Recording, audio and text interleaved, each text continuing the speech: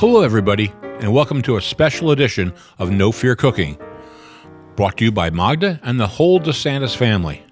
It is Christmas Day, and we are going to be doing Italian feast. That's right, the Feast of the Seven Fishes. We're doing that today. A lot of times people do it on Christmas Eve. We're going to be doing it today on Christmas Day because it fits our schedule better. We first of all want to say Merry Christmas and Happy Holidays to all of you. Hope you're going to enjoy watching this as we give you a little bit of taste of what makes an Italian Christmas holiday.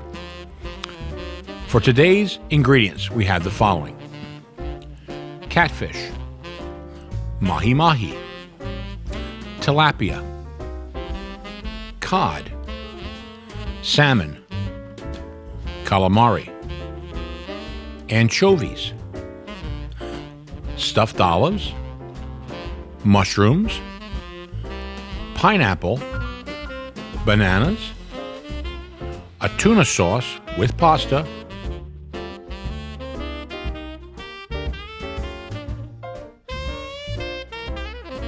lunch meats and cheese board, chickpeas with olive oil,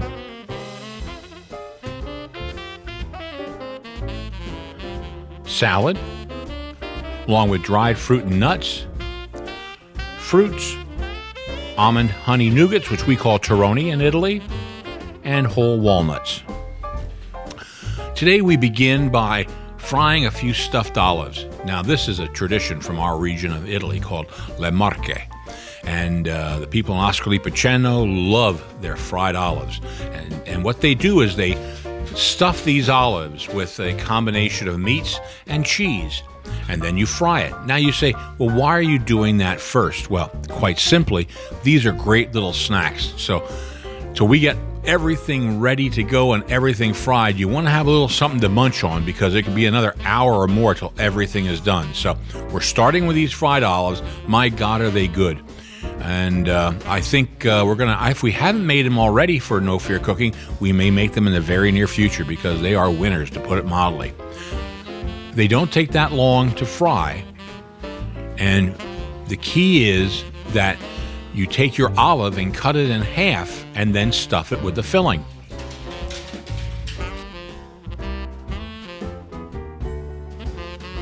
The first fish we're going to fry today is salmon. And again, this is traditional in Italy that you fry fish or you fry seafood, whatever you have available. You know, we didn't fry this when I was a kid growing up in Temple, Pennsylvania, because we had other food, other fish. We can't find those fish down here in South Carolina. If you have smelts, that's something you want to try to do. But for now, we're going to fry some salmon, which is awfully good. She's cut it up into bite-sized pieces. She'll put it into the batter and then put the batter into the hot oil. Wonderful flavor.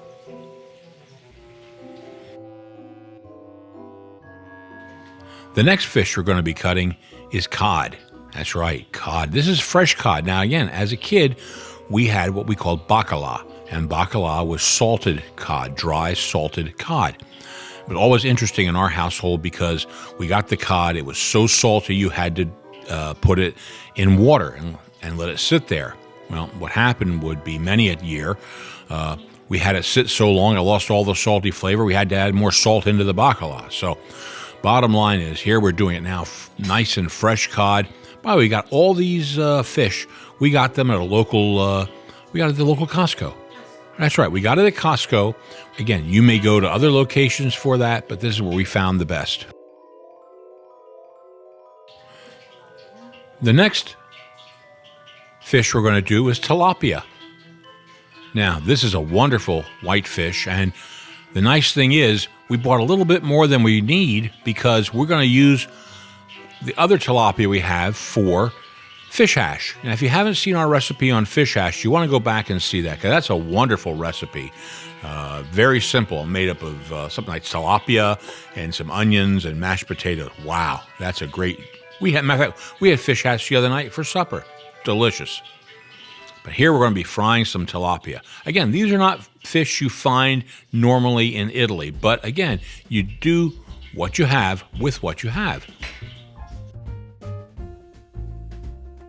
Now, we get a little exotic. We're going now to have some mahi-mahi. Look at the beautiful color in this.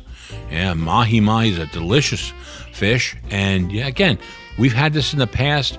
We can fry this. A lot of people broil their fish or grill it, but we find that for Christmas, fried mahi-mahi is really good. Can't beat it. You know, folks, again, it's a tradition. It's a tradition in Italy to have this Feast of the Seven Fishes. And we're using what we can here in America to keep that tradition alive. Traditions are important for everybody, and we certainly hope that you keep your traditions and your family traditions alive.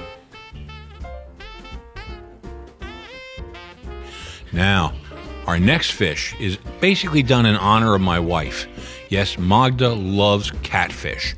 And while this certainly is not a traditional Italian food, Mom loves her catfish, and therefore we're going to fry some catfish as part of our fish. It's very good, it's very easy to make, and I think you'll enjoy some fried catfish. A lot of people eat their catfish fried anyway, so it's not a big stretch.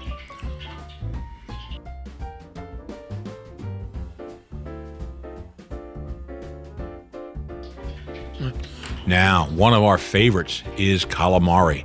Look at her play with those tentacles over there. Yeah, you had the body and then you had the tentacles. And I know as a kid, it was a battle. All of us wanted the tentacles because they fried up so good. You put some salt on that. Ooh, it was so good. But that's one of the things you want to remember. You need to put salt on all of this once it's been fried because it really helps bring out that flavor. But we had the body, which we cut up into pieces and into like rings, and then you have the tentacles, which are just delicious. Ooh, calamari. Who doesn't like that?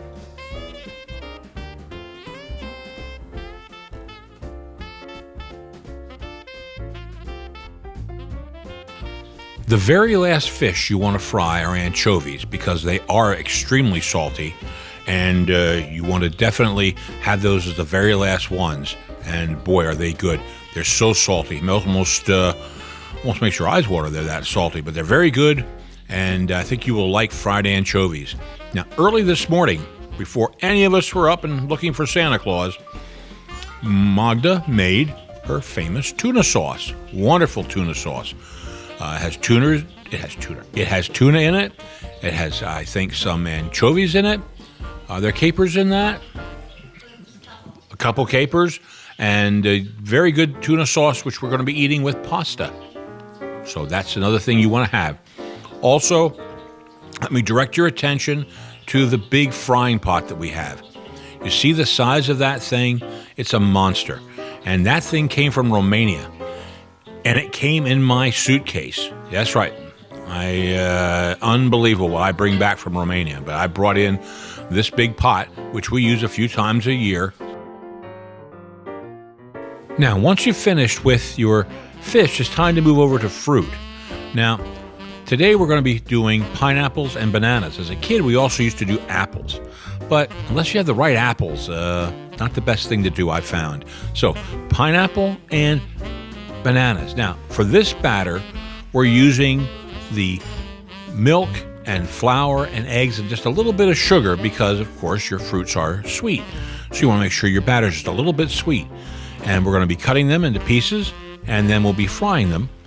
And they are just out of this world. Some of the biggest and best favorites are the bananas and the pineapples. And once again, everybody fights to see who can get these things. Also, as we're sitting here today, I'm having a little bit of Lambrusco. Now you say, well, what's the best thing to drink with this? Well, as a kid, we used to drink grapefruit dry, but I don't think you find grapefruit dry anymore from A-Treat Beverages. So a little something sweet, a little something fizzy, and that's what this lovely Lambrusco I have here is. And we're going to have that with the meal. It just helps cut the fried flavor in the fish. Also, once we're done frying, you have to be careful not to over fry it in your oil because then the oil gets old. So what we do is after a period of time, we sit there and stop everything and put the oil back into the containers, and then we go and take it to the recycling. Please do not put any oil down your drains. No, no, no, no, no.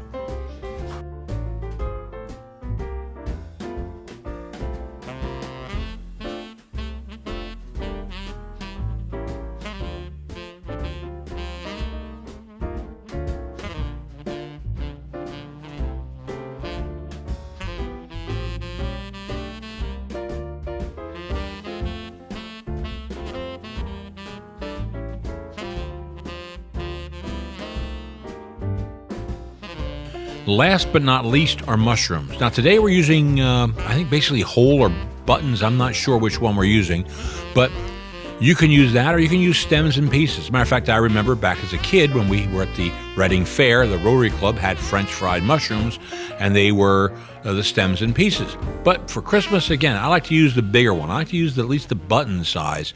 A lot more fun and easy to eat.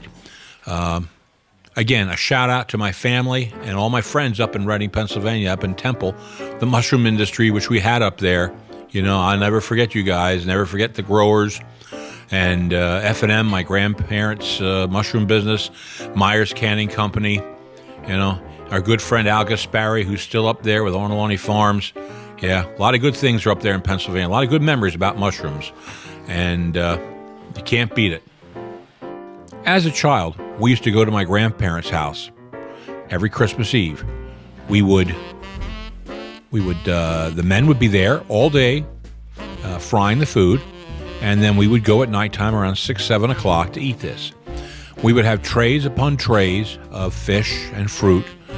We would have 25, 30 people there in the family, and it was just a wonderful time for all of us to get together. And what you have here today is a little bit of everything. We're showing you a little bit of what we have. And as I said, we've used different fish than what we did back then. But you know what? Any fish you use, even if you can only afford 2 or 3, hey, it's better than nothing at all. There's nothing better, as I say, than fish, fruit, and Italian fun on Christmas.